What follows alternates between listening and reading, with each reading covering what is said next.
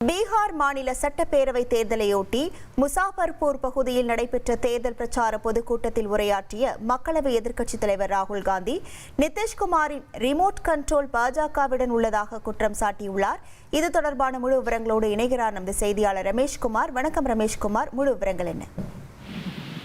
பீகார் மாநில சட்டப்பேரவை தேர்தலையொட்டி எதிர்க்கட்சிகள் கூட்டணி சார்பில் இன்று 2 இடங்களில் தேர்தல் பிரச்சார பொதுக்கூட்டம் நடைபெறுகிறது. இதனையொட்டி முசாஃபர்பூர் மற்றும் சிக்கர் ஆகிய 2 இடங்களிலும் மக்களவை எதிர்க்கட்சி தலைவர் ராகுல் காந்தி மற்றும் தேஜஸ்வி யாதவ் ஆகியோர் இணைந்து கூட்டாக பிரச்சாரத்தை முன்னெடுக்கின்றனர். முதலாவதாக முசாஃபர்பூர் பகுதியில் நடைபெற்ற தேர்தல் பிரச்சார பொதுக்கூட்டத்தில் ராகுல் காந்தியும் தேஜஸ்வி யாதவும் ஒன்றாக கலந்து கொண்டனர். இந்த தேர்தல் அறிவிக்கப்பட்ட பிறகு ராகுல் காந்தியும் தேஜஸ்வி யாதவும் முதன்முறையாக கூட்டாக இணைந்து பிரச்சாரம் மேற்கொள்வது இதுவே முதன்முறை என்பது குறிப்பிடத்தக்கது. இதில் பேசிய எதிர்க்கட்சி தலைவர் ராகுல் காந்தி அவர்கள் ஜிஎஸ்டி மற்றும் பண மதிப்பிழப்பு ஆகியவற்றை அமல்படுத்தி பிரதமர் மோடி சிறு வணிகர்கள் அனைத்தையும் அழித்து விட்டதாக குற்றம் சாட்டியிருக்கிறார்.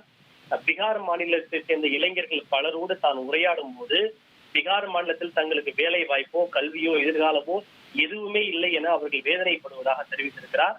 பிரதமர் மோடி மக்களின் வாக்குகளை பெறுவதற்காக மேடையில் நடனமாட வேண்டும் என்றால் கூட நடனமாடுவார். எனவே பிரதமர் மோடியிடம் நீங்கள் என்னென்ன செய்ய வேண்டும் என்று விரும்புகிறீர்களோ அவை அனைத்தையும் இப்போதே செய்து கொள்ளுங்கள், தேர்தலுக்கு பிறகு அவரை பார்க்க முடியாது என குற்றச்சாட்டுகளை முன்வைத்திருக்கிறார். குறிப்பாக தேசிய ஜனநாயக கூட்டணி என்பது பொருளாதாரத்தில் பின்தங்கியவர்களின் குரல்களை செவிமடுப்பதில்லை, ஏனெனில் அவர்கள் சமூக நீதிக்கு எதிரானது என குற்றம் சாட்டியுள்ள அவர் இந்த தேர்தலில் நிதிஷ்குமாரின் முகத்தை மட்டுமே பாஜக பயன்படுத்துகிறது, ஆனால் அவரை ரிமோட் கண்ட்ரோல் மூலம் பாஜக இயக்குவதாக குற்றம் சாட்டியிருக்கிறார். மகாராஷ்டிரா, ஹரியானா ஆகிய சட்டப்பேரவை தேர்தலை தொடர்ந்து பீகார் மாநில தேர்தலையும் வாக்குகளை திருட பாஜக பெரிதும் முயற்சிப்பதாகவும், ஆனால் அவருடைய முயற்சி பலனளிக்க போவதில்லை, பலிக்க போவதில்லை என ராகுல் காந்தி குற்றச்சாட்டுகளை முன்வைத்திருக்கிறார்.